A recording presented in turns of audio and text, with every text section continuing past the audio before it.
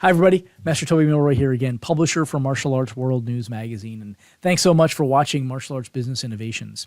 It really does help us out a lot if you click like and subscribe and maybe even hit the bell notification icon on your screen right now. It does help sort of goose the YouTube and the Facebook algorithm and help this video reach more school operators who we might be able to help. So please go ahead and like and subscribe and do all that stuff. Hit the notification bell so that you get notified anytime we post new content. We're really working hard to speak with some of the most successful school operators in the world and bring you some of the biggest innovations in running your martial arts business. So thanks so much. Hit the notification and bell icon and subscribe, and we'll see you next time. Thanks, guys. Welcome to Martial Arts Industry Innovations, presented by Martial Arts World News Magazine. Here, you'll get the latest news and information about the martial arts industry and discover the latest tools, tactics, innovations, business systems, teaching strategies, and much more to help you grow your school, career, or martial arts business. You'll also hear from some of the most successful school owners, innovators, instructors, industry influencers, and thought leaders in the world, sharing proven strategies and solutions to take your martial arts school or business to new heights. Join our mission at Martial Arts World News Magazine to raise the standards of martial arts business professionalism throughout the world.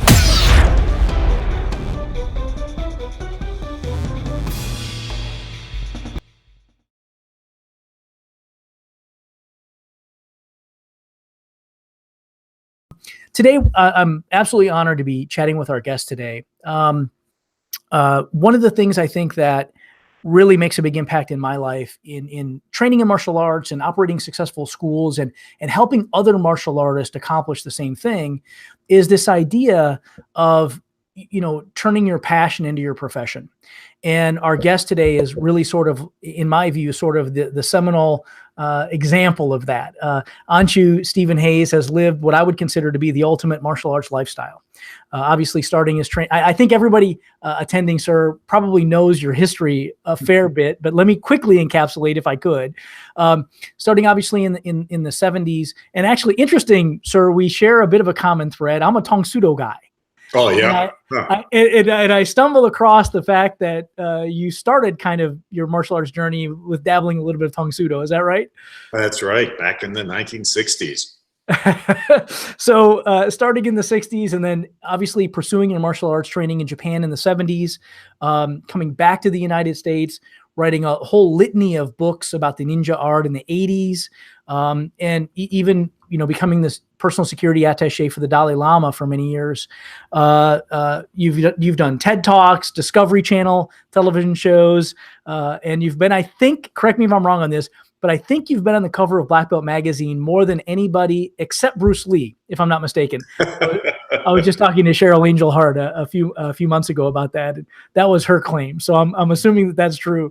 But sir, thank you so much for taking time today. Today we're not talking about specifically martial arts, but we're talking about how the skills of developing your martial art translate into running very successful martial arts schools. So, sir, it's my honor. Thank you so much for joining us today. We really appreciate it.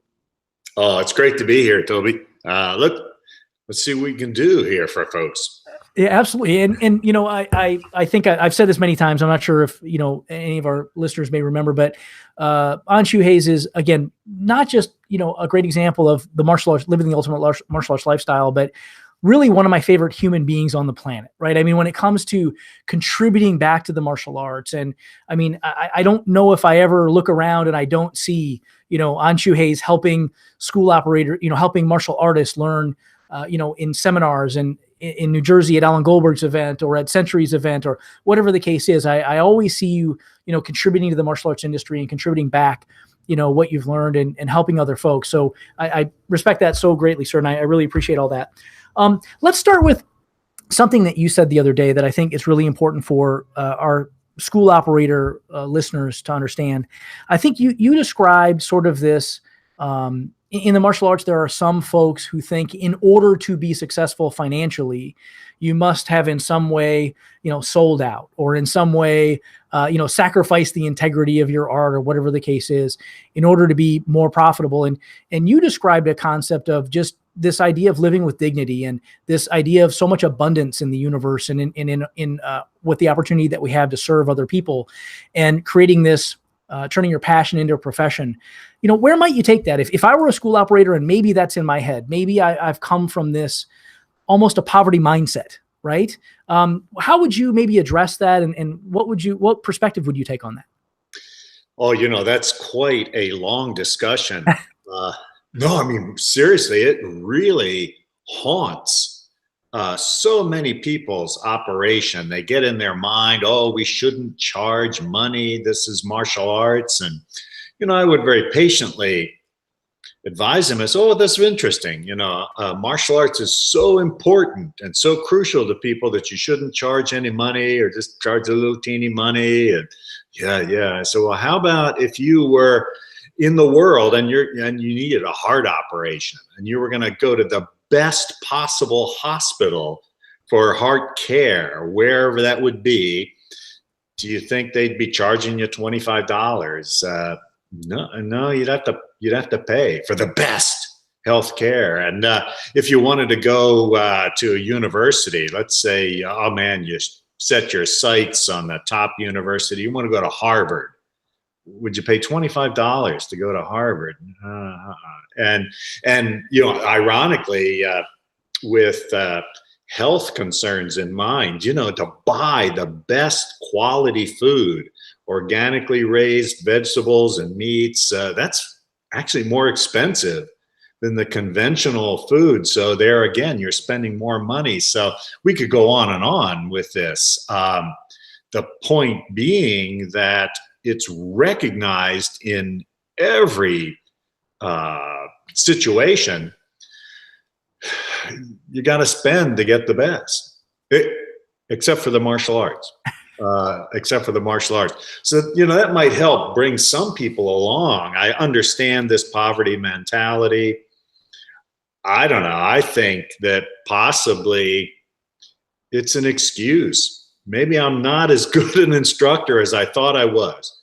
Maybe my martial art doesn't have as much to offer as I thought it did. I'm just dogged in my pursuit, and I'm just real loyal, and I don't have many students because I'm not that good an instructor, and my martial art isn't that impressive.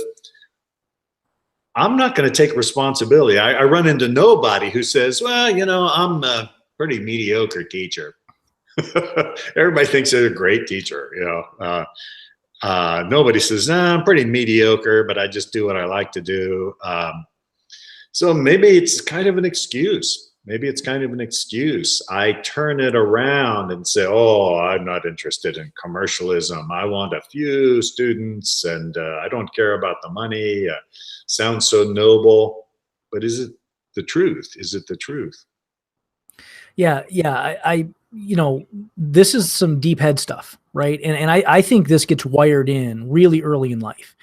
And I think most of us, most folks who own martial arts schools, who operate martial arts schools, we grew up and maybe we didn't have a lot of money, and maybe we only paid $25 or $30 or $40 a month, or whatever the case is. Does that seem right? I think you really are onto something there. I never thought about that before, but I think you're onto something. Tennis, golf, these are like upper class activities. I mean, generally speaking. Martial arts, not so much the high class. And I had a person point out to me one time, he says, well, take a look through the golf magazine and martial art magazine and look at who advertises. Sure. Oh, God. Sure. Golf magazine, you got Porsche advertising, Breitling watches, and great scotches. And you look through martial art magazine, and it's all these companies with animal names on it. Oh gosh, was kind of embarrassing to me. But I think maybe a lot of us came in with this poverty mentality, an idea that some people are lucky. Some are lucky and they have a great lifestyle. I'm not so lucky. Well, you can create luck. It's a skill you can learn if you're willing to set aside an emotional bias against prosperity, and you're willing to kind of empty your cup and just look at, hey, look at the guys who are successful. What do they do? And in fact, be honest. Have these guys who are successful, have they given up? Are they teaching watered down martial arts? Are they teaching little thrown together,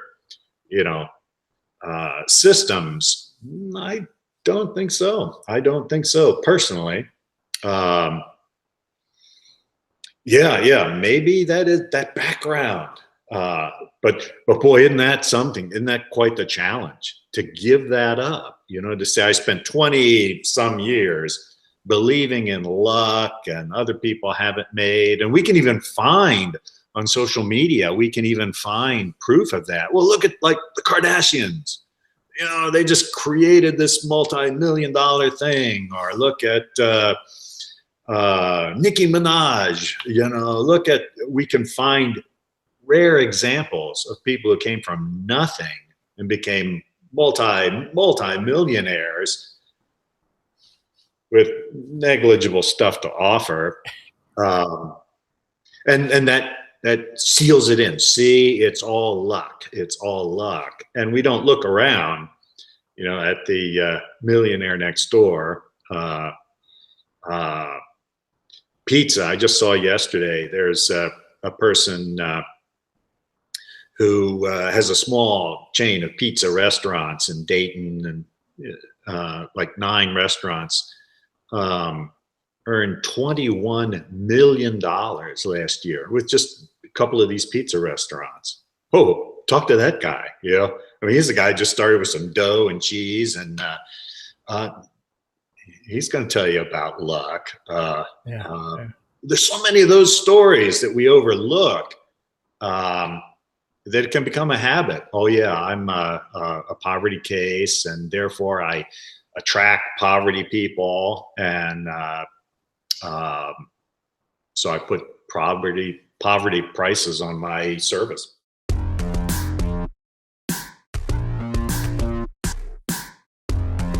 As I started working with Harry and Friends, boy, my complete 180, much better than I could deliver just by myself.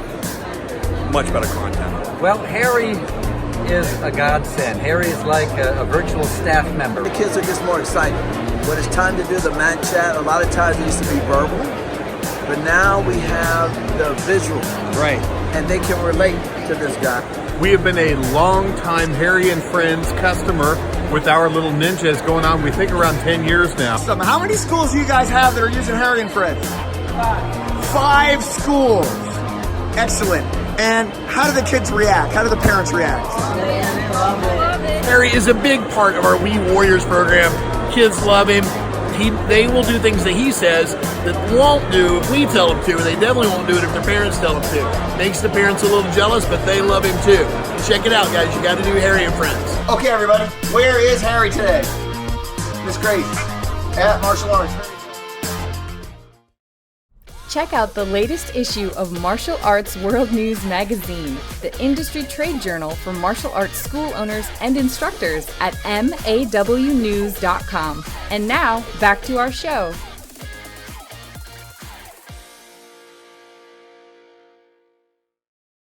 Yeah, it can definitely be a self-fulfilling prophecy. And I think, you mentioned this, by the way, but let me just kind of unpack it a little bit more. There also becomes sort of the psychological baggage that comes along with being a premium product or premium service or premium pricer. You now have higher expectations in the marketplace. So now, the parent who comes in for lessons or the adult who comes in for lessons, their expectations are, well, if I'm paying Harvard tuition, but I'm only getting community college classes, we've got our community college service, we've got a problem here. So let me, if I could, let me drill into that for you and with you, for our audience who may not know, not only, living what I would again call the ultimate martial arts lifestyle, but Anshu Hayes, is responsible for 31 locations, 31 schools in the U.S. and in like 5 other countries. So he knows a little bit about running multiple locations and a little bit about influencing the leaders, influencing other leaders, executive leadership skills, to help other school operators raise their standards and produce a higher quality product, have higher expectations for themselves and their families and their students. And so I think part of that is what we're describing, right? So how do you, in your multi-location environment, we're working with these folks that you're on a quest to sort of raise the expectations and raise the standards of your people. And you would describe that goes all the way down to decor and layout and things like that. So what are you focused on that right now? I think certainly the decor is a crucial element. If you're aiming at upper income people, these are people who maybe go to a country club, their dentist office that they go to is beautiful, where they work maybe nice, and then they come to your martial arts school and it's just an empty room with a couple of mats and white walls and a couple of slogans painted on the walls. Whoa, what? This is not what I'm used to. And so it can set up a disconnect already with the person. So our training hall is, we have it painted in maroon and kind of a deep gold with green walls in certain areas. It's very colorful, lots of wood. There's a traditional, this is controversial, but there's a traditional Japanese shrine, kind of like this here. I'm in my house dojo right now. This isn't my city dojo. This is my private house dojo. And, some people say, well, gosh, you got a shrine up there. Doesn't that offend Christians or, humanists? Or no, we just explain it. It's like the mantle at your grandma's house. You got picture of granddad up there and a couple of souvenirs and maybe your diploma, and people accept that. But you've got to set up your place, and by all means get rid of the folding chairs. I see. But that's an expectation thing, well, we had folding chairs in my place when I was learning. Yeah, but you learned in a crummy little basement, from a hobbyist. Get rid of the folding chairs. It doesn't cost that much more money to buy nice padded chairs. And I'm kind of controversial, and I say, get rid of the droopy flags, droopy American flag, droopy Korean flag, put them on a pole in a corner. If you have to have a flag, put it on a pole in a corner. That flag business started back in the 70s when, Japanese, or maybe in the 60s when Japanese started their schools, 70s when the Koreans came in. They had an exotic Asian thing here in good old America, and so they said, no, I'm American. So I put a big American flag up, just to counterbalance that. And most of the people watching this podcast are not Asian. They're already American. You don't need that. Put up other inspiring things. But that's just my opinion. Well, yeah. Well, I think I think what you're describing is super important. And the way I think I would describe it myself is you want the environment that the customer, the student, the family, and the parent are experiencing to be comfortable to them. And so where else do they like to spend time? Where do they feel good spending time? Not where do they go and be kind of uncomfortable and cramped in a corner, but where do they like to hang out, right? And for many years, I've kind of taught this concept, and certainly with my school operators in my locations, we talk about this all the time. Is the martial arts school is sort of like this third place, right? The family has school and home, or work and home, depending on, if it's the adult, work and home, if it's the child, school and home. Well, we want to kind of be like this third place. Schultz talks about that a lot with Starbucks, right? And so I think that's a great analogy. If they feel comfortable at Starbucks, what does Starbucks look like? How does it feel? What is their experience like while they're there? And then is that congruent or incongruent with what you're trying to accomplish? So, but I think to drill into it, I think you're onto a deeper piece of this, which is culture, right? So let me maybe frame this a little bit. I'm a big systems person, right? So I think we should have really solid systems in our martial arts school for marketing, for enrollments, for teaching, for delivering classes. But one of the things I discovered, studying a lot of Disney, management and leadership courses is, systems and procedures get you so far, but culture is what fills in the gaps, right? And I think what you're describing with even the look and feel of the locations, the decor and how that looks, it ties into the overall culture of what the school is, right? How do they perceive how does the student perceive what you do? Is it just like home? Is it like school? Is it like the playground? Or is it something totally different? Is it some unique thing that helps me deliver that message? So how does all that tie together for you and for your school operators when you get to the culture of the school, the types of habits and behaviors that you're trying to, accomplish along with what the thing looks like? Well, this is a really important topic because a lot of us are so familiar with our martial art. If we have an Asian background, we're familiar with that Asian background, the language. New person comes in, they know nothing. So they can be intimidated by all that. We wear different clothes. They're bowing before they go on that. They're using words like omotte gyaku. I don't know what omotte gyaku means, but everybody seems to know that. We can kind of shrink back from that. Now that's in kind of an Asian-oriented martial art. I think there are a lot of Americans, much younger than me, Americans running schools where no, it's run as an American operation. They use English.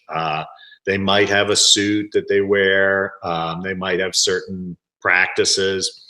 But if we can, I think two things. If we can, number one, reduce that impression on people when they first come in, make it accessible. And this relates back to who you have greeting people.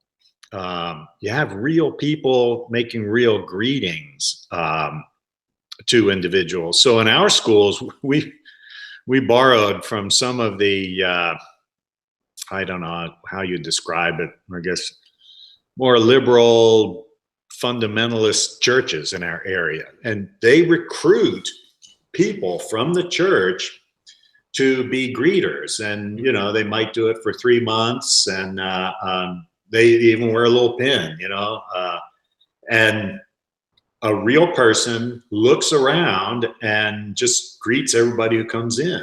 So I think that's one way to start. A warm, cheerful person greets you. So there are going to be two people who come in. One, somebody who's just coming in with somebody. I'm bringing little Becky in, I'm her granddad, and somebody comes up and greets me.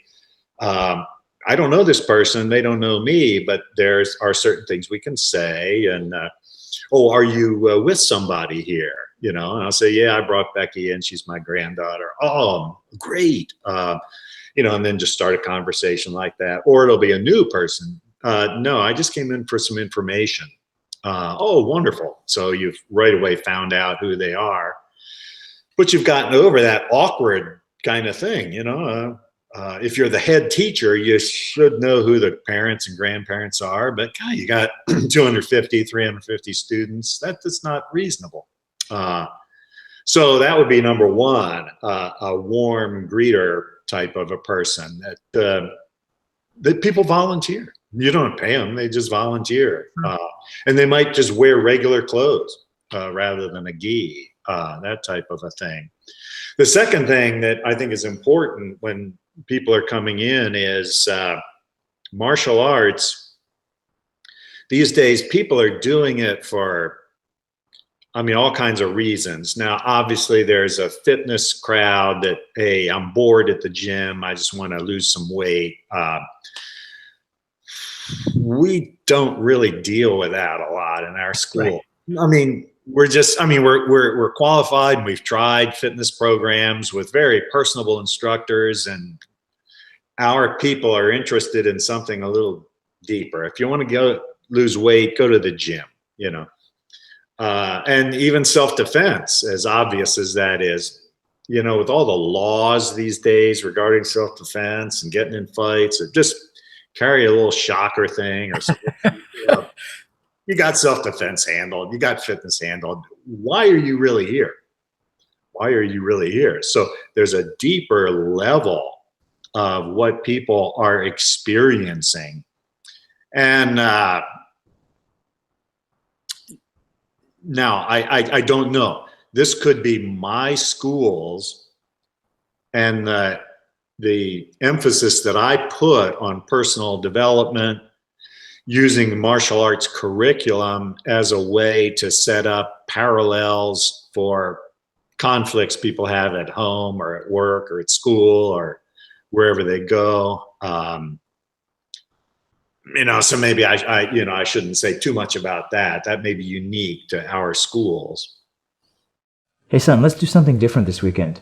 How about we take in a museum? Yeah, that sounds good. We could learn about the samurai. Yeah! Or how about the Hawaiian Lua warriors? Ooh, the mighty sumo! Hey, how about the Martial Arts History Museum?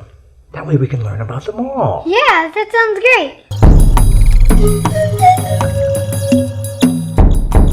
Do you feel like you're getting crushed under the tremendous weight of managing your martial arts school? Crawl out from beneath the burden and reach your potential. Lighten the load and let Atlas Martial Arts Software do the heavy lifting. Visit tryatlassoftware.com to see for yourself and get 7 free gifts valued at over $400. Stay informed while on the go with daily news in the Martial Arts World News Magazine mobile app for Apple and Android devices. Find us in your app store. And now, back to our show. I don't know. I mean, I think that I think it does draw a bit of a differential in the marketplace too, right? So I think if you're in, I hate to say only the fitness sector, but you know, if fitness is the core benefit of your product or service, and I hesitate even to use the word product, but you know, let's put it in those terms for just a minute. What does the market perceive at a higher level of value? Is it, you know, just losing that extra 10 pounds, or is it, you know, really the ability to live a more successful life, the ability to sort of, you know, master those daily conflicts that we all deal with, or having the confidence to, you know, stand up to the boss, or, you know, whatever the case might be. I think that there's a big differential in the marketplace there. I think, frankly, I think it's kind of bad advice if the idea is to skew toward fitness, when we've already sort of discovered that the market, why does the market value Harvard at a higher degree than it does community college? It's not really all that much because of the books they read, right? It's not because so much of the science or the math that they're going to be learning in Harvard. It's much more about the person you become, right? So I think what you're saying is exactly congruent with what we're doing and what certainly our members are kind of striving for. Let's loop all that together for a second.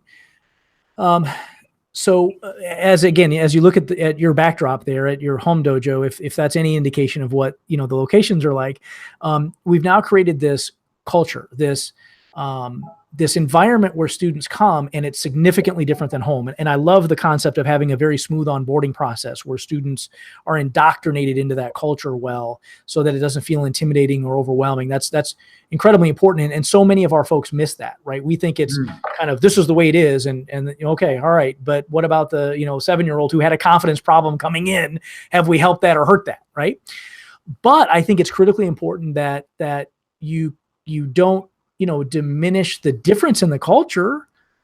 We want to bring people into that culture, if that makes sense. We want them to feel like this is different than home. We want them to feel like this is different than school. The rules here are different. The way we behave here is different. The expectations that we have are higher for you here, right, than they might be at on the playground or whatever the case might be. And I think that's one of the fundamental components in creating character change, right? They have to understand that our expectations are higher here, right?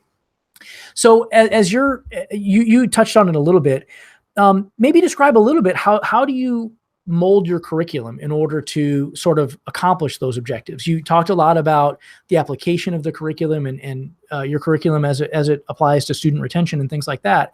How do you deal with that? How do you solve that problem in your operation? Well, we are, that's a great question, because we really are kind of radical.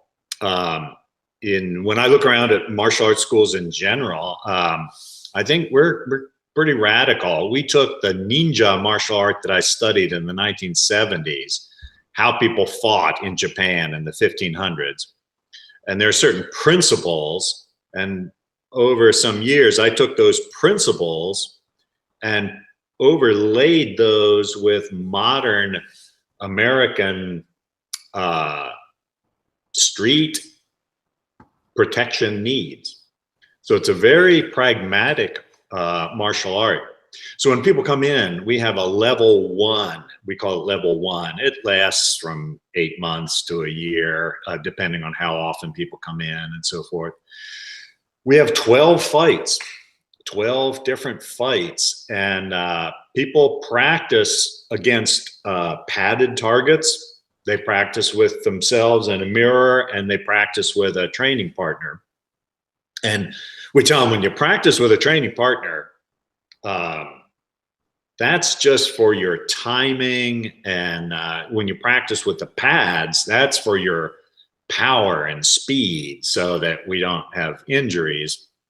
But we have 12 fights, and we ask cops and bouncers and even coroners, what are the Oh my God. Oh Lord. I'm sorry. Yeah, and so the idea is, I'm standing here and I'm doing some footwork, basically dealing with my hands, and it could be hook punch, straight punch, kick, a grab from behind, slamming up against a wall, grab from beside where they get you off balance. And we kind of brag that of these 12, only 5 you would find in an MMA ring. MMA ring is very different. It's 2 consensual athletes vying with each other on the street. It's totally different. And so they go through that. And I have a book, The Ninja Defense by Tuttle, that has all of these 12 fights illustrated in them. And of course, they also learn such skills as how to hit the ground and basic striking skills and so forth. They also learn a part of our ethics code. And so there are 14 of these points of ethics, and they learn 1 for each belt that they go through. And they're not required to live that. They're required to explore it. So the first part of our ethics code would be, I protect life and health. I avoid violence whenever possible. And we just ask people, hey, check it out. Do you know of a person who lived the other way? No, I rely on predator tactics, and I count on violence whenever possible. What kind of life did they live? We don't require they live that way. We just require they study it and examine it. And but that's our sneaky way of getting in. We're protectors, not predators. MMA, ring, we have a lot of fun with predators in there. But realistically, you're a protector. You walk into a place, restaurant or a coffee shop or something, and I have this one friend, I'll call him a friend, who says, oh, I look around. I say, well, if I had to fight this guy, here's what I'd do. If I had to take that guy, I said, wow, how do you get a date on Saturday night? We would go in and we go, okay, this is the safest place in town. I'm here. Here's how I would protect this person. Oh, here's the exit over there. It's a very different attitude. How can I help? How can I help? And that's all covered in our first Part of the curriculum to speed through, there's a level 2 where we add some footwork, closing in, get inside fight or pulling out, and repositioning. So these are the next 12 most important things to know for street self-defense. So that includes somebody getting you around the head and slinging you, some throws in there, basic throws. And we usually teach a principle. I'd say, well, this is why this is the ninja martial art and not, jujitsu or aikijitsu. It's its own unique approach. And you take the center. You take the center and you move a person just slightly off balance. So I say we take their balance first and then we throw them, as opposed to throwing them in order to take their balance. So it's a little sophisticated and takes people a little while to get it. We have a level 3, which is all green and brown belt. Now we're getting into some of the grappling, where I am changing my position in relation to them changing their position and doing a technique at the same time. So it's a little challenging, but people have gone through the level 1, they've gone through the level 2, and now they're ready for this level 3, and we call level 4 black belt. So it's very important that the curriculum, again, relies on hitting targets, mirror work, personal work, and working with a training partner. And the movements themselves are not stylized. We'll start out here. It's not, like my Tang Sudo. It was kind of stylized. A person would punch this way, and we would intercept the punch this way. People don't do that on the street. Right. And so it's me shifting, cutting over. It's very pragmatic. And I think that appeals to people. They can do it. Like on their first lesson, they can take home something that night. No, I can really do this. Maybe I'll do it better tomorrow, do it better in 3 months, but I can at least access this. And so I'm a kind of outspoken advocate of, okay, who are the people studying with you? And as you indicated, what are they expecting to get for this pricey service? And how do they feel when they leave your place every night? Very important, very important. We've got to give them something they can relate to and they can do, and that looks like what they see on YouTube. When we were starting out, there were a couple of guys who'd say, "Oh, this is what happens in a real fight," and you'd hear this kind of stuff. But now with YouTube, you just type in, street scrap or whatever. Oh man, you can spend the whole evening just watching these. Everybody, takes with their cell phone, and so use that.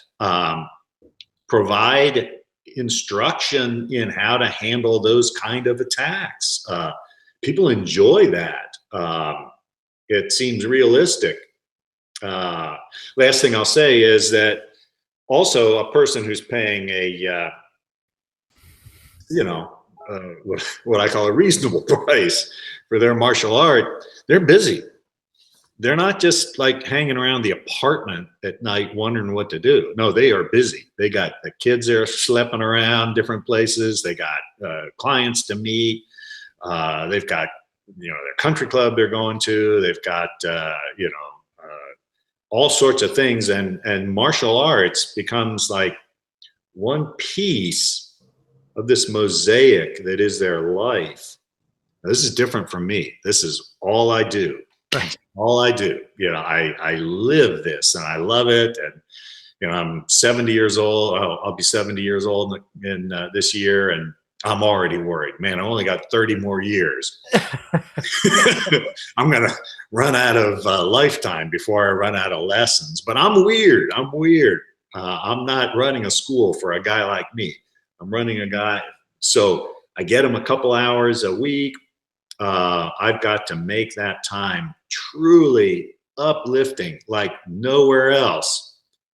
I had a couple of people say to me over the year, this is kind of scandalous to say this, but they say, this is more spiritually uplifting than church, and if you run things that way, it's that personal, it's that real. That's what it takes. That's what it takes.